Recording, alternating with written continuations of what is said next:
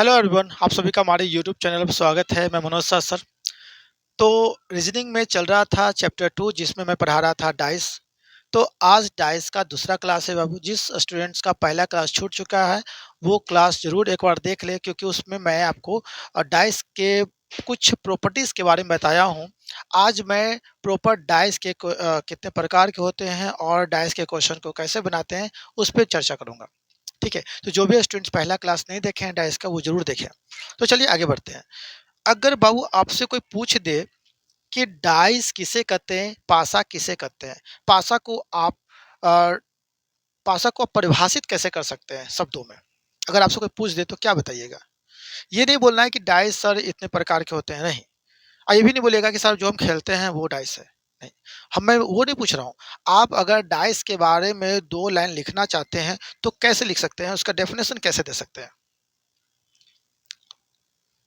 तो चलिए सबसे पहले डेफिनेशन लिख लीजिए, उसके बाद बात करते हैं।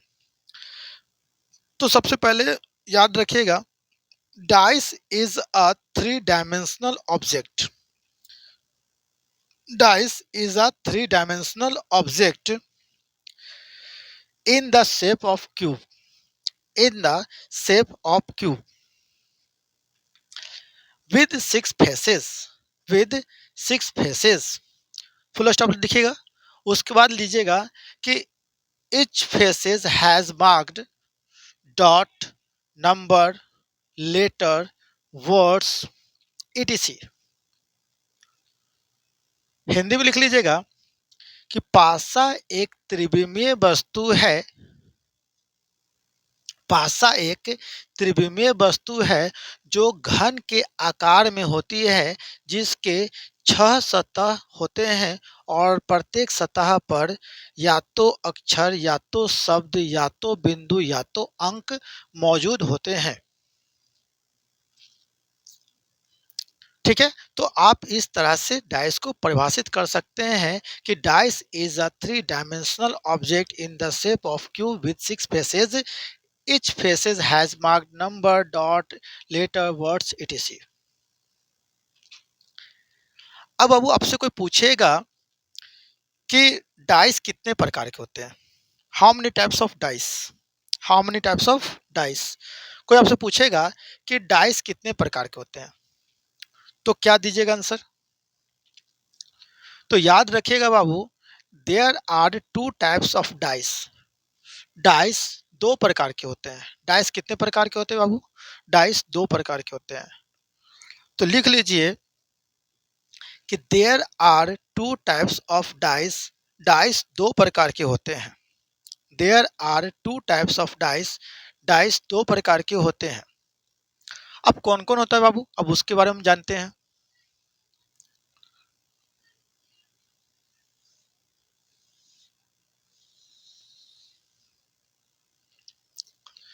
तो सबसे पहले मैंने रखा है स्टैंडर्ड डाइस को।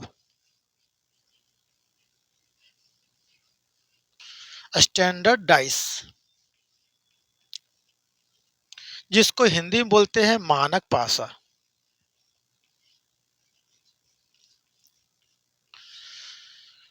और सेकेंड में मैंने रखा है जनरल डाइस को।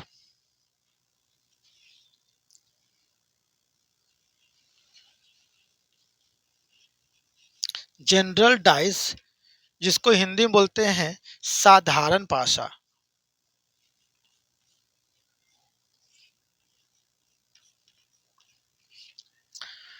तो याद रखिएगा बाबू कि आपसे अगर कोई पूछेगा कि how many types of dice, तो बोलिएगा कि डाइस 2 प्रकार के होते हैं। There are 2 types of dice. तो पूछेगा कौन कौन, तो बोलिएगा स्टैंडर्ड डाइस, जिसको हिंदी में मानक पासा बोलते हैं, और दूसरा बोलिएगा जनरल डाइस, जिसको हिंदी में साधारण पासा बोलते हैं। तो पहले इसको उतार लीजिए, तो हम बात करते आगे। अब देखेंगे कि स्टैंडर्ड डाइस किसे कहते हैं। तो बाबू स्टैंडर्ड और जनरल करने से पहले एक चीज मेरा बात सुन लीजिए कि सबसे पहले हम स्टैंडर्ड के बारे में जानेंगे कैसे कि यह स्टैंडर्ड है या नहीं। तो याद रखिएगा कि अगर अगर पासा पर यानी डाइस पर 1 से लेके 6 तक कोई संख्या का बोध हो रहा हो, चाहे वो डिजिट के थ्रू हो रहा हो, चाहे वो अ, डॉट्स के यानी बिंदु के थ्रू हो रहा हो। अगर किसी पासा के छहों सतह पर संख्या का बोध हो रहा हो, तो वहाँ पर हम सोच सकते हैं कि वह मानक पासा हो सकता है।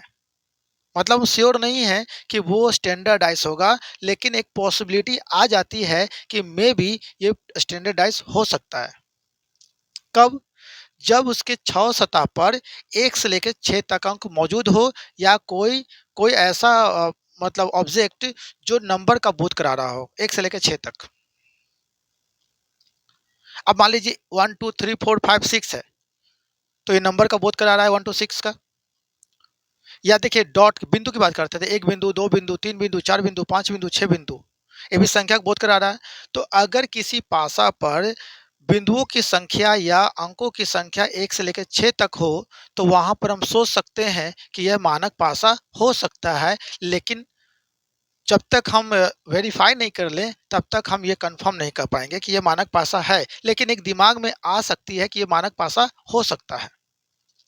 जैसे एग्ज़ाम्पल में, मान लीजिए कि आप किसी क्लास में बैठे हुए हैं और उस क्लास में सभी लड़कियां हैं और आप एकमात्र लड़के हैं।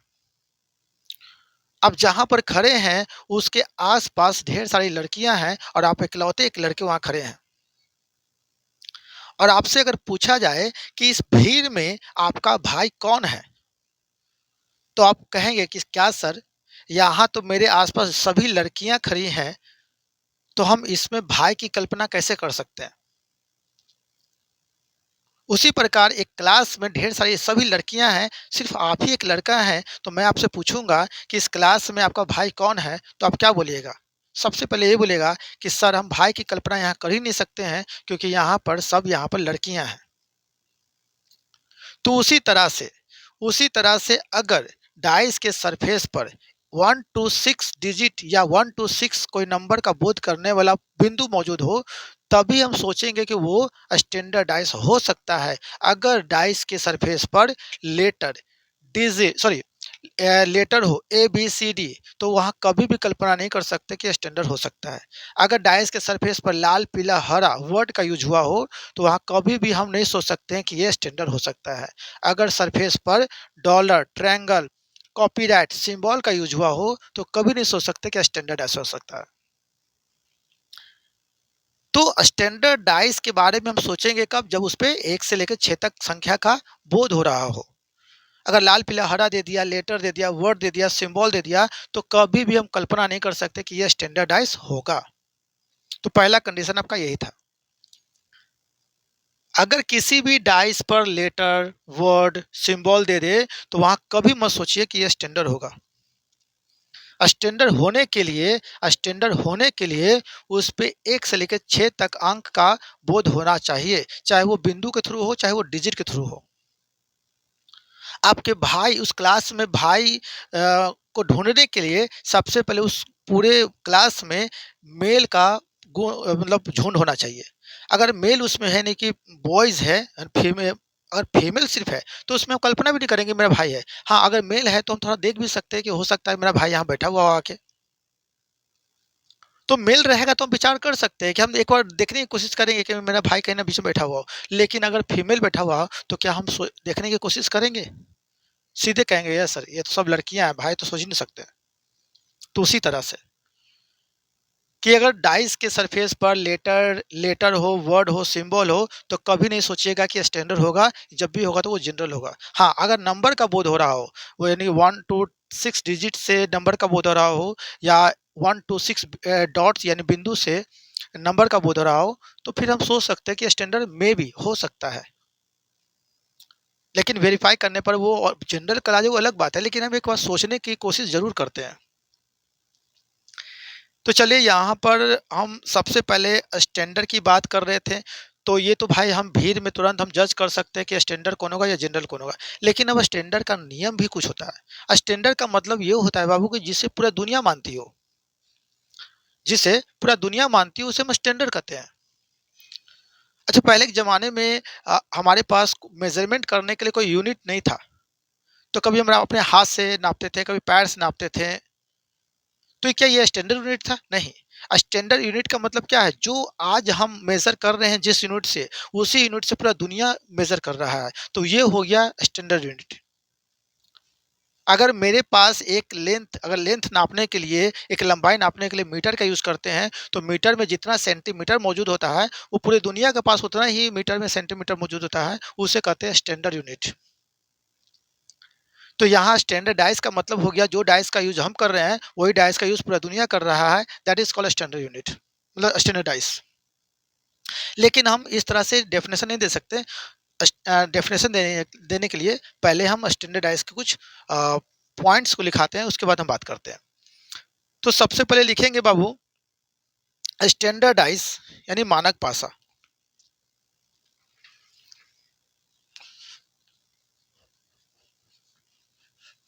स्टैंडर्डाइज़, जिसको हिंदी में क्या बोलते हैं बाबू? मानक पासा।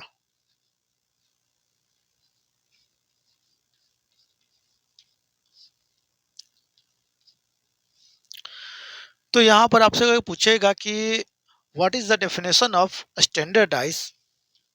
What is the definition of standardise, यानी स्टैंडर्डाइज़ किसे कहते हैं, मानक पासा किसे कहते हैं? तो डेफिनेशन लिखिएगा। तो सभी स्टूडेंट्स पहले स्टैंडर्डाइज़ मानक पासा लेकर डैश दीजिए और लिखिएगा, if the sum of the numbers of any two adjacent surfaces is not equal to 7, then it is called a standardize. फिर से सुनिए, if the sum of if the sum of the numbers of any two adjacent surfaces is not equal to 7, then it is called a standardize. यदि किसी दो आसन्न यानी दो पड़ोसी, आसन्न कहिए चाहे पड़ोसी कहिए एक ही बात है, यदि किसी दो पड़ोसी सतहों पर मौजूद संख्याओं का योग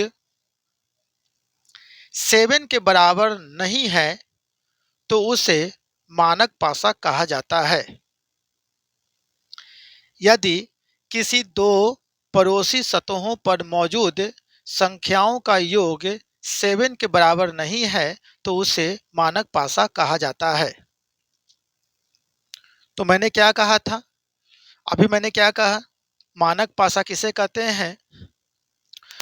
तो पासा पे मौजूद यानी किसी भी दो पड़ोसी सतह के अंकों का योग यदि 7 के बराबर ना हो, तो उसे हम मानक पासा कहते हैं। अब जैसे एग्जांपल में समझिए, जैसे देखो बाबू, हम जानते हैं पहला क्लास में आपको बता रखा है कि किसी भी डाइस के टोटल 6 सतह होते हैं, लेकिन एट अ टाइम यानी एक साथ मैक्सिमम 3 सतह ही दिखता है। ये आपको मैं बता रखा है। तो यहाँ पर देखिए, ये है पासा जिसका मैक्सिमम आप 3 सतह ही देख पा रहे हैं। ठीक। अब इस डाइस के सभी सतह यानी कि 6 सतह पर 1, 2, 3, 4, 5, 6 यानी कि 1, 2, 3, 4, 5, 6 नंबर से हम चिन्हित करते हैं सभी सतह को, यानी 6 सतह और 6 अंक। तो मान लीजिए यहाँ पर मैंने रखा 2 को, यहाँ पर मैंने रखा 3 को और यहाँ पर मान लीजिए रखा 6 को। अब मैंने इसका डेफिनेशन क्या लिखाया था? मैंने लिखाया था कि वैसा पासा जिसके किसी भी दो पड़ोसी सतह के अंकों का योग 7 के बराबर ना हो। वैसा पासा जिसके किसी भी दो पड़ोसी सतह के अंकों का योग 7 के बराबर ना हो, तो वह मानक पासा कहलाता है। अब बाबू, आपके मन में एक सवाल आता है, पड़ोसी सतह। तो मैं आपको पहला ही क्लास में बता रखा है कि पड़ोसी सतह किसे कहते हैं। थोड़ा सा मैं हिंट्स कर दे रहा हूँ। देखिए बाबू, ये सतह और ये सतह यानी 2 वाला सतह और एक 3 वाला सतह, इस किनारे पे मिला है कि नहीं मिला है? तो जब कोई दो सतह एक दूसरे से कोने या किनारे पे मिलते हो तो वो पड़ोसी सतह कहलाता है। तो देखिए यहाँ पर 2 और 3 इस किनारे पर मिला है ना, तो ये दोनों पड़ोसी सतह कहलाते हैं। जैसे इंडिया और पाकिस्तान एक बॉर्डर पे मिले हैं ना, तो ये पड़ोसी देश कहलाते हैं। उसी तरह से ये पड़ोसी सतह कहलाते हैं। पड़ोसी सतह को हम आसन्न सतह, निकटवर्ती सतह, संलग्न सतह, एडजेसेंट सरफेस भी कहते हैं। ये याद रखिएगा।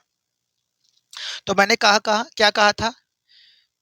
मैंने क्या कहा? क्या मैंने बोला कि यदि किसी भी दो पड़ोसी सतह के अंकों का योग 7 के बराबर ना हो तो वो क्या कहलाता है? मानक पासा कहलाता है। अब ये देखिए, इस पासा के इस दोनों पड़ोसी सतह को देखिए, 2 और 3 को आप जोड़िए। बताइए, 2 प्लस 3 को आप जोड़ें तो क्या 7 आया? नहीं ना आया। तो मैं जो डेफिनेशन लिखा है तो बस उस पर ध्यान रखिएगा कि मानक पासा किसे कहते हैं? तो वैसा पासा जिसके किसी भी दो पड़ोसी सतह के अंकों का योग 7 के बराबर ना हो। तो अभी देखिए यहाँ पर ये दोनों पड़ोसी सतह के अंकों का योग यानी 2 प्लस 3 क्या 7 आया? नहीं। देखो बाबू, 7 से कम हो या 7 से ज्यादा हो उससे मतलब नहीं है।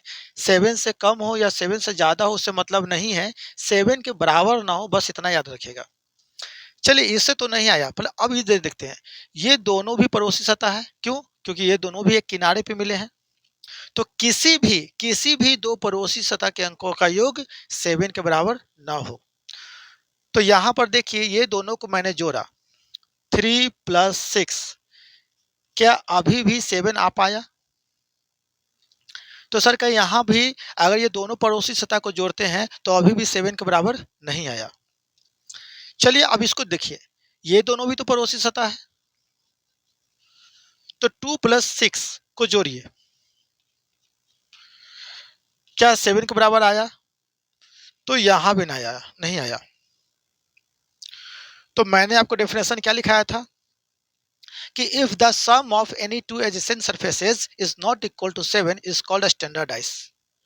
मतलब मतलब किसी भी दो पड़ोसी सतह के अंकों का योग यदि 7 के बराबर नहीं हो, यदि किसी भी दो पड़ोसी सतह के अंकों का किसी भी पड़ोसी देखिए, किसी भी दो पड़ोसी सतह के अंकों का योग, यहाँ दो पड़ोसी है, ये भी दो पड़ोसी है, ये भी दो पड़ोसी है, तो किसी भी दो पड़ोसी सतह के अंकों का योग 7 के बराबर ना हो तो वह मानक पासा कहलाता है। तो यहाँ पर आप 2 3 को जोड़े 7 हुआ? नहीं हुआ। 3 6 को जोड़े 7 हुआ? नहीं हुआ। 2 6 को जोड़े 7 हुआ? नहीं हुआ। तो आपने किसी भी दो पड़ोसी सतह को जोड़े, किसी भी दो पड़ोसी सतह को जोड़े, किसी भी दो पड़ोसी सतह को जोड़े, क्या 7 आया? नहीं ना आया। अगर 7 नहीं आया बाबू, तो एकदम दिमाग में सेट कर लीजिए कि ये स्टैंडर्डाइज है। बात समझ में आई? तो if the sum of any two adjacent surfaces is not equal to 7 is called standardise.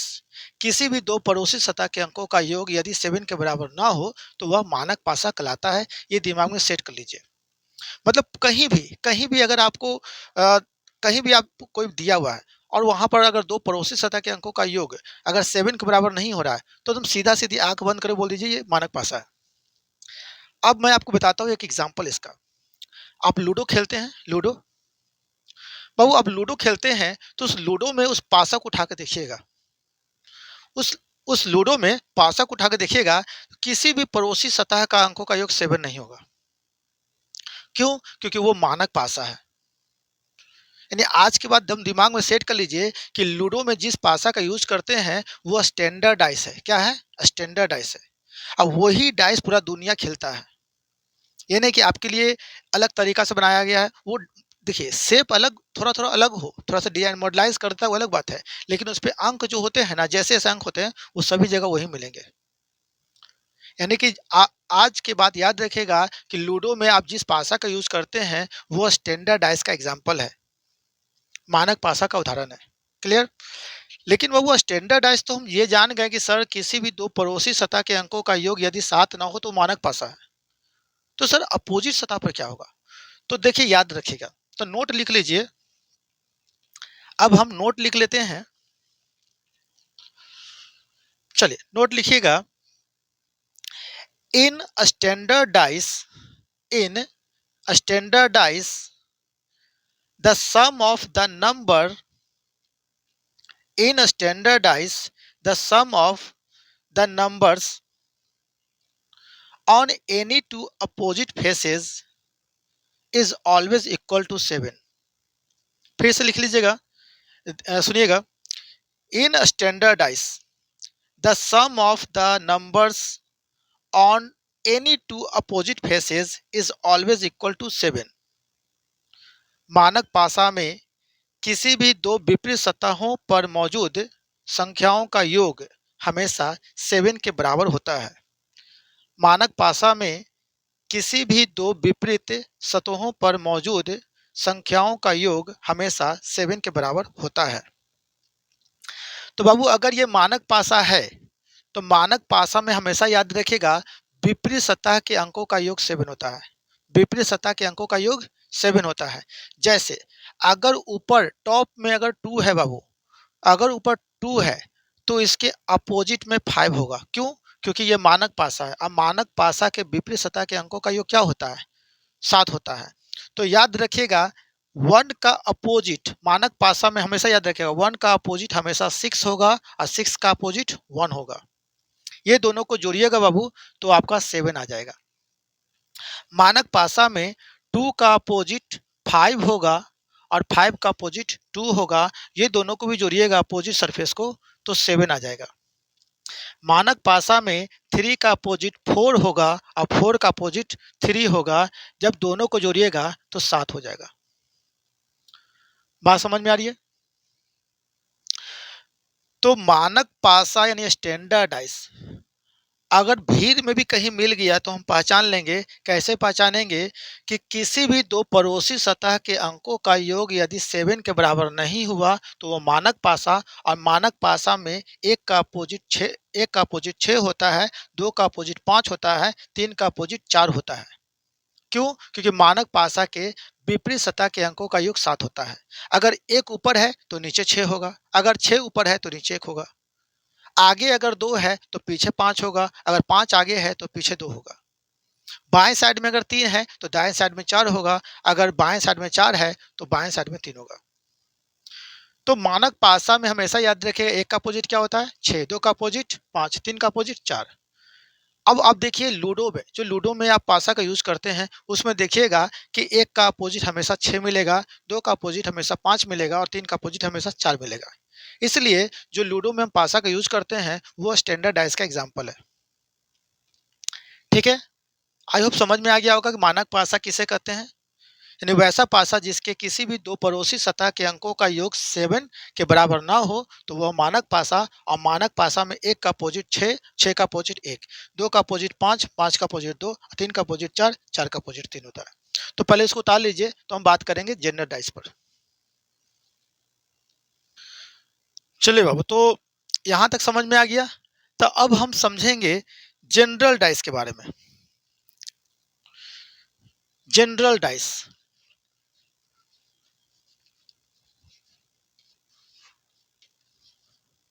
General dice को हिंदी में बोलते हैं साधारण पासा। साधारण पासा। लेकिन एक चीज याद रखिएगा बाबू, हमेशा याद रखिएगा, ऐसा नहीं है कि मैं आज यहाँ पर स्टैंडर्ड यूज कर रहा हूँ तो सभी जगह आपको स्टैंडर्ड ही मिलेगा। क्यों? क्योंकि रीजन क्या है कि किसी किसी बुक में स्टैंडर्ड डाइस को रियल डाइस के नाम से भी जानते हैं। स्टैंडर्ड डाइस को रियल डाइस के नाम से भी जानते हैं और जनरल डाइस को ऑर्डिनरी डाइस या अनरियल डाइस के नाम से भी जानते हैं।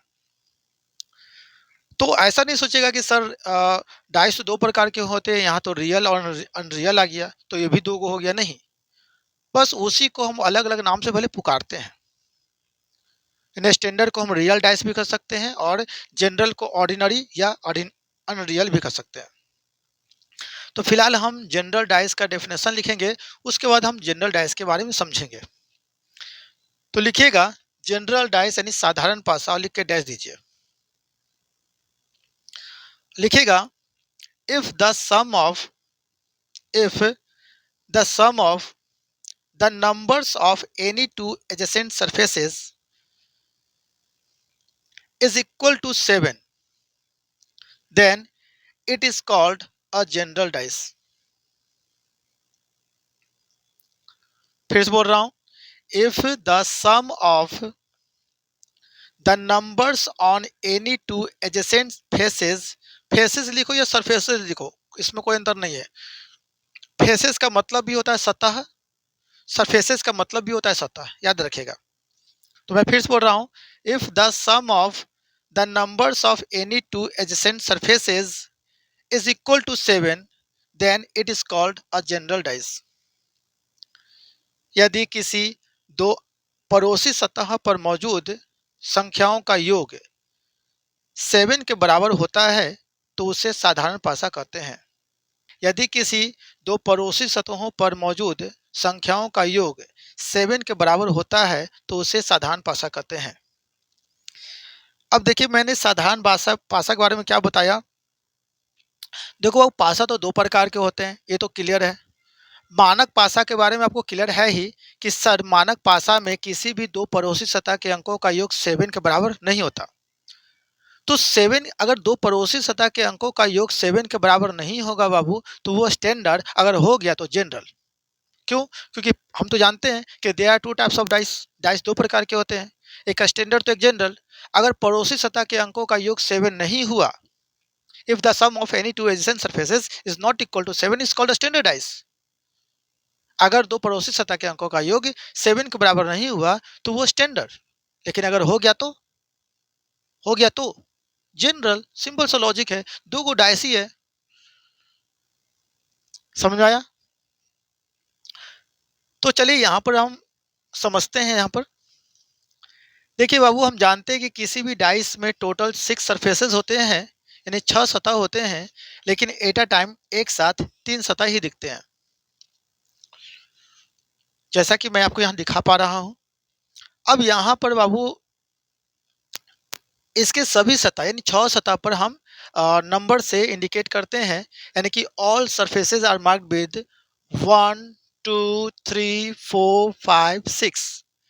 तो सभी सतह पर हम क्या रखें, 1 से लेकर 6 तक नंबर को से चिन्हित किए। ठीक। अब 6, क्या 6 अंक दिखेगा एक साथ? नहीं, क्योंकि 3 सतह दिखता है तो 3 ही अंक दिखेगा। तो चलिए बाबू, यहाँ पर दिख रहा है 2, यहाँ पर दिख रहा है 3 या यहाँ पर दिख रहा है 5। अब इसको पहचानिए, ये कौन सा पासा है। तो मैं जो एग्जाम्पल डेफिनेशन लिखाया हूँ, डेफिनेशन के अकॉर्डिंग बात करते हैं कि किसी भी दो पड़ोसी सतह के अंकों का योग यदि 7 के बराबर होता है तो वह साधारण पासा कहलाता है। अब यहाँ देखिए, पड़ोसी सतह तो आप जान ही गए किसे कहते हैं, क्योंकि कोई दो सतह जब एक दूसरे से किसी किनारे पर मिलता हो तो वो पड़ोसी सतह कहलाता है, या निकटवर्ती सतह कहलाता है, या आसन्न सतह कहलाता है, या संलग्न सतह कहलाता है, या एडजेसेंट सरफेस कहलाता है। मतलब हम कई नाम से पुकार सकते हैं। तो यहाँ पर देखिए बाबू, ये दोनों पड़ोसी सतह को जोड़िए तो क्या 7 आया? हमेशा याद रखिएगा, टू पड़ोसी सतह यानी दो पड़ोसी सतह को ही जोड़िएगा, ही नहीं कि 3 को जोड़ लीजिएगा, 2 को जोड़िएगा। तो ये दोनों को मैंने जोड़ा तो क्या 7 आया? नहीं आया। अभी तक नहीं आया तो हमको लग रहा है कि यह स्टैंडर्ड डाइस है अभी, क्योंकि हम स्टैंडर्ड डाइस के नियम जानते हैं कि दो पड़ोसी सतह के अंकों का योग 7 नहीं होता। अभी तक तो 7 नहीं आया, तो मुझे लग रहा है कि स्टैंडर्ड डाइस है। लेकिन थोड़ा और आगे बढ़ते हैं। ये दोनों को जोड़िए, ये दोनों पड़ोसी सतह को जोड़िए, 3 + 5, क्या 7 आया? अभी भी नहीं आया। अभी भी लग रहा है कि ये स्टैंडर्ड तो है, लेकिन थोड़ा सा और आगे बढ़िए। अब देखिए यहाँ पर 2 + 5, इस दोनों को जोड़िए, 2 + 5 जोड़िए तो क्या आया? 7 आ गया। तो बस याद रखिएगा कि इफ, चलिए मैं हिंदी में बोल देता हूं, कि यदि किसी भी दो पड़ोसी सतह के अंकों का योग यदि 7 के बराबर हो गया तो जनरल। क्योंकि आप स्टैंडर्ड का रूल जानते हैं कि किसी भी दो पड़ोसी सतह के अंकों का योग 7 के बराबर नहीं होगा तो स्टैंडर्ड, अगर हो गया तो जनरल। देखिए यहां पर हो गया ना। अब ऐसा नहीं है कि यहीं पर हो, कहीं भी हो सकता है। अगर कहीं भी दो पड़ोसी सतह के अंकों का योग अगर 7 हो गया तो सिंपल सा लॉजिक है, उसको हम जनरल डाइस कहते हैं। अब ये क्या हो गया बाबू? तो ये हो गया जनरल डाइस। जनरल डाइस मतलब साधारण पासा। तो किसी भी दो पड़ोसी सतह के अंकों का योग यदि 7 के बराबर हो जाए तो उसे जनरल डाइस कहते हैं। If the sum of any two adjacent surfaces is equal to 7 is called general dice. Clear? तो यहाँ पर नहीं हुआ था, यहाँ पर नहीं हुआ था, लेकिन यहाँ तो हो गया। किसी भी दो पड़ोसी सतह का अंकों का योग 7 हो जाए, कहीं भी उड़े उसका मतलब नहीं है, बस हो जाना चाहिए, तो वो जनरल डाइस कहलाएगा। इसको उतार लीजिए तो आगे बढ़ करते हैं। चलिए अब हम थोड़ा सा नोट लिख लेते हैं बाबू, थोड़ा सा नोट लिख लें तो अच्छा रहेगा। तो इसके नीचे नोट लिख लीजिएगा,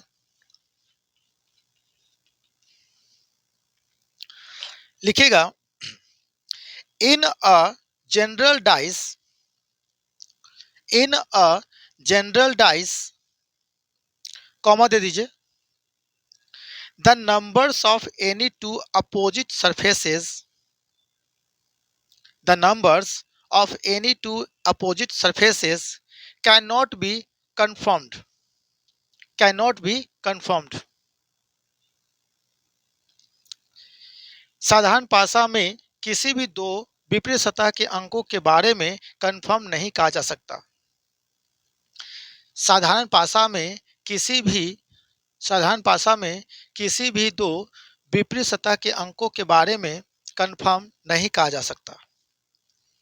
तो यहाँ पर यह साधारण भाषा है, तो इसके विपरीत सतह के बारे में हम कंफर्म नहीं कर सकते हैं कि इसके विपरीत सतह पर क्या आएगा। ठीक है, तो अब हमसे पूछेगा कि बताइए 2 का अपोजिट क्या होगा, तो आप कंफर्म नहीं कर सकते। 3 का अपोजिट क्या होगा तो आप कंफर्म नहीं कर सकते हैं, और 5 के बारे में पूछेगा तो आप कंफर्म नहीं कर सकते। लेकिन हाँ, इतना तो कह सकते हैं, इतना तो कह सकते हैं कि अपोजिट सरफेस कभी भी एक साथ दिखाई नहीं देता। आप इतना तो कह सकते हैं कि अपोजिट सरफेस कभी भी एक साथ दिखाई नहीं देता, क्योंकि सिंपल सा लॉजिक है बाबू कि अगर एक साथ दिखाई देगा तो वो क्या विपरीत होगा। देखिए जैसे मैं एग्जांपल में आपको दिखाया था, पिछला क्लास में मैंने बताया था इसके बारे में। देखिए अगर ये दोनों एक साथ दिख रहा है, अगर ये दोनों एक साथ दिख रहा है तो क्या ये दोनों एक दूसरे का अपोजिट कहलाएगा? बोलिए, क्योंकि किसी भी सरफेस का अपोजिट सरफेस कभी एक साथ दिखाई नहीं देता। तो अगर ये दोनों एक साथ दिख रहा है तो क्या एक दूसरे का अपोजिट है? नहीं है। तो उसी तरह से यहाँ पर याद रखिएगा, 2 का अपोजिट, 2 का अपोजिट क्या होगा हम कंफर्म नहीं कर सकते हैं, लेकिन इतना कह सकते हैं कि 2 का अपोजिट 3 5 नहीं होगा। 2 का अपोजिट 3 5 नहीं होगा। क्यों नहीं होगा? तो जनरल डाइस में किसका अपोजिट क्या होगा ये हम कंफर्म नहीं कर सकते हैं, लेकिन इतना तो कह सकते हैं कि जनरल डाइस से इतना तो कह सकते हैं कि किसी भी सतह का विपरीत सतह कभी एक साथ दिखाई नहीं देता। अगर दिखाई दे रहा है तो एक दूसरे का विपरीत नहीं होगा। अगर एक साथ दिखाई दे रहा है तो क्या एक दूसरे का विपरीत होगा? आपको मैंने पहला क्लास में बताया था ना कि विपरीत सतह कभी एक साथ दिखाई नहीं देता। इस डाइस के अकॉर्डिंग 2 का अपोजिट, 2 का अपोजिट, 2 अगर ऊपर है बाबू तो इसका अपोजिट नीचे होना चाहिए, है ना, जो दिखाई नहीं देता। तो इसका मतलब 2 का अपोजिट 3 5 नहीं होगा, क्योंकि एक साथ दिख रहा है। तो 3 5 नहीं होगा बाबू। तो बताइए 1 से लेकर 6 तक में 2 का अपोजिट की बात करते हैं तो बाबू 3 नहीं होगा, 5 नहीं होगा, तो 1 होगा, या तो 4 होगा या तो 6 होगा। इसी तीनों में से कोई एक होगा। ठीक है, अब यहाँ पर पूछा 3 का अपोजिट, तो बताओ बाबू 3 का अपोजिट पूछा, 3 बाएं साइड में है ना, तो इसका अपोजिट दाएं साइड में होना चाहिए, यानी कि लेफ्ट का अपोजिट क्या होना चाहिए? राइट। यानी 3 का अपोजिट राइट साइड में होना चाहिए, जो दिखाई नहीं देता। तो 3 का अपोजिट यहाँ होना चाहिए। इसका मतलब क्लियर हो गया कि 2 5 नहीं होगा। और एक और कारण क्या है कि 3 का अपोजिट कभी एक साथ दिखाई देगा। अगर 3 दिखाई दे रहा है तो इसका अपोजिट एक साथ दिखाई देगा नहीं ना।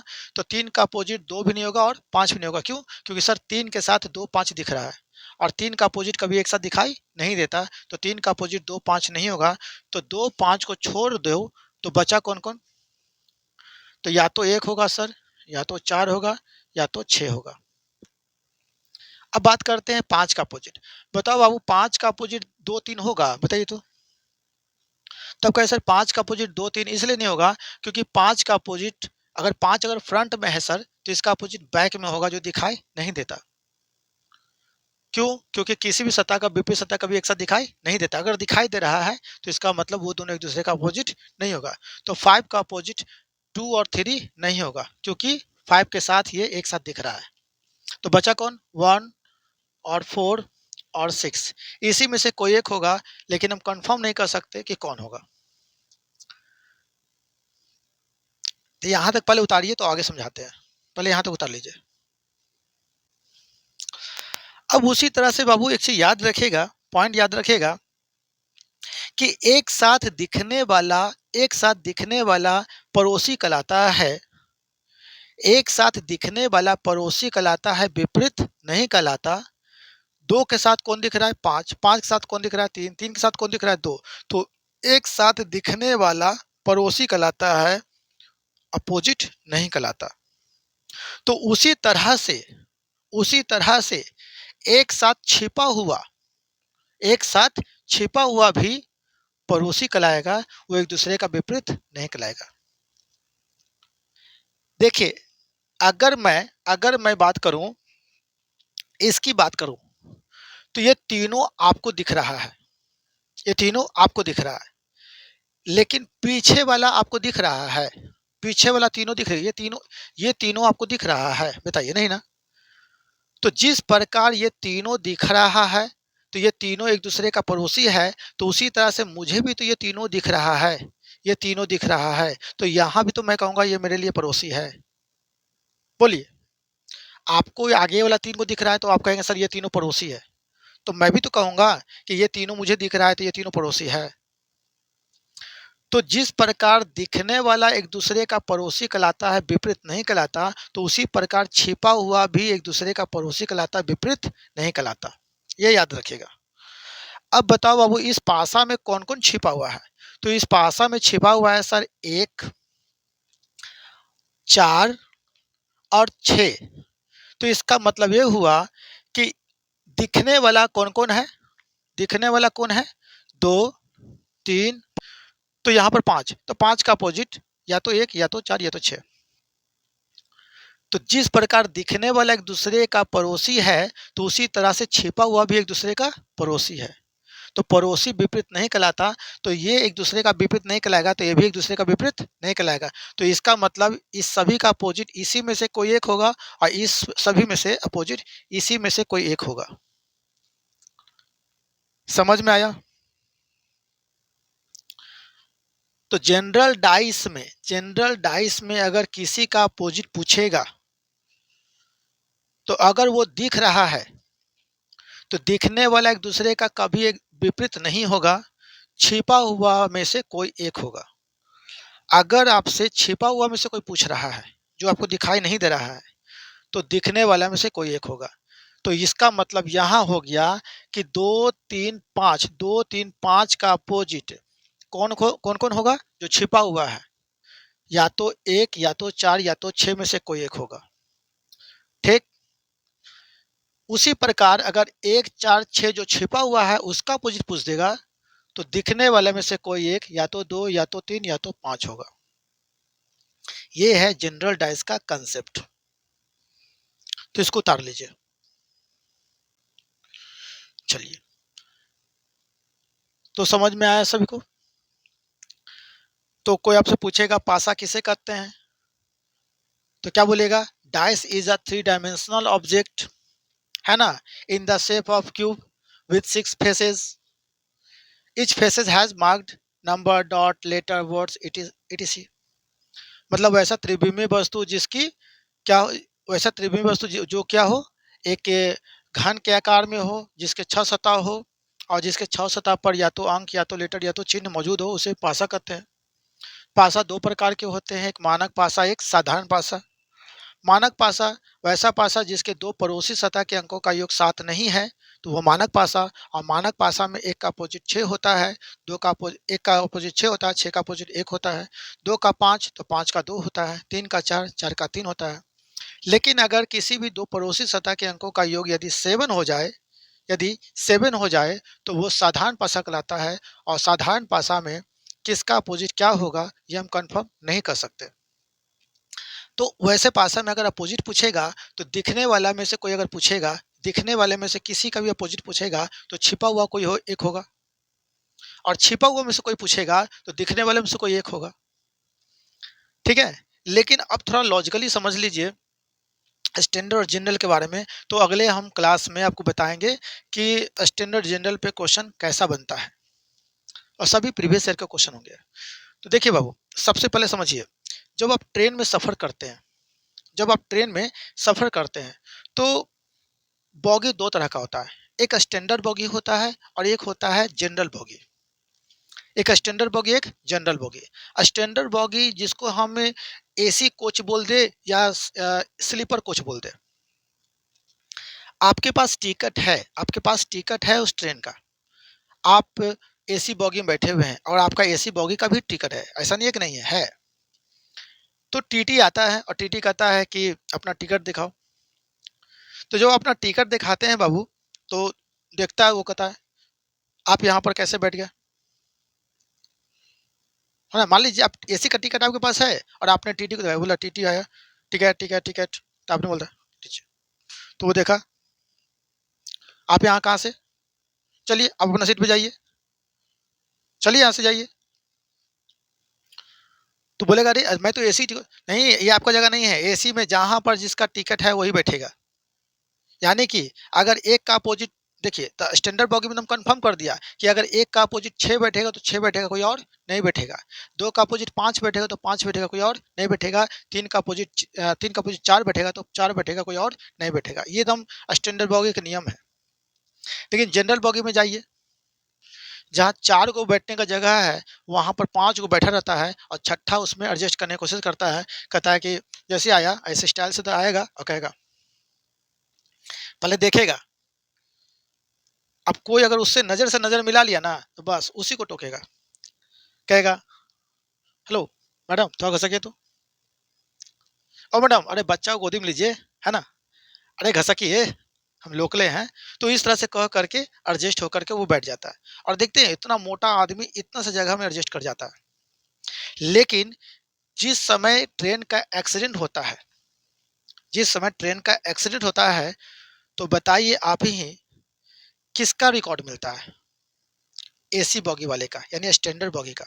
उसमें पता होता है कि कौन किसके अपोजिट कहाँ तक बैठा हुआ था। लेकिन जनरल बॉगी में बता सकता है कि कौन किसके अपोजिट बैठा हुआ था, नहीं ना। तो हमेशा याद रखिएगा, स्टैंडर्ड बॉगी में हमेशा एक का अपोजिट क्या होता है 6, 2 का अपोजिट 5, 3 का अपोजिट 4 होता है। लेकिन जनरल बॉगी में कौन कहाँ बैठा है, कौन किसके अपोजिट बैठा है, ये कंफर्म हम नहीं कर सकते। तो आज का वीडियो इतना ही है। अब मैं मिलूंगा आपको इसी वीडियो से रिलेटेड, मतलब इसी कंसेप्ट से रिलेटेड अगले क्लास में, जिसमें मैं आपको स्टैंडर्ड और जनरल पे कुछ क्वेश्चन दूंगा और मैं आपसे बनवाऊंगा और मैं बताऊंगा। तो चलिए मिलते हैं अगले क्लास में। Bye, see you again.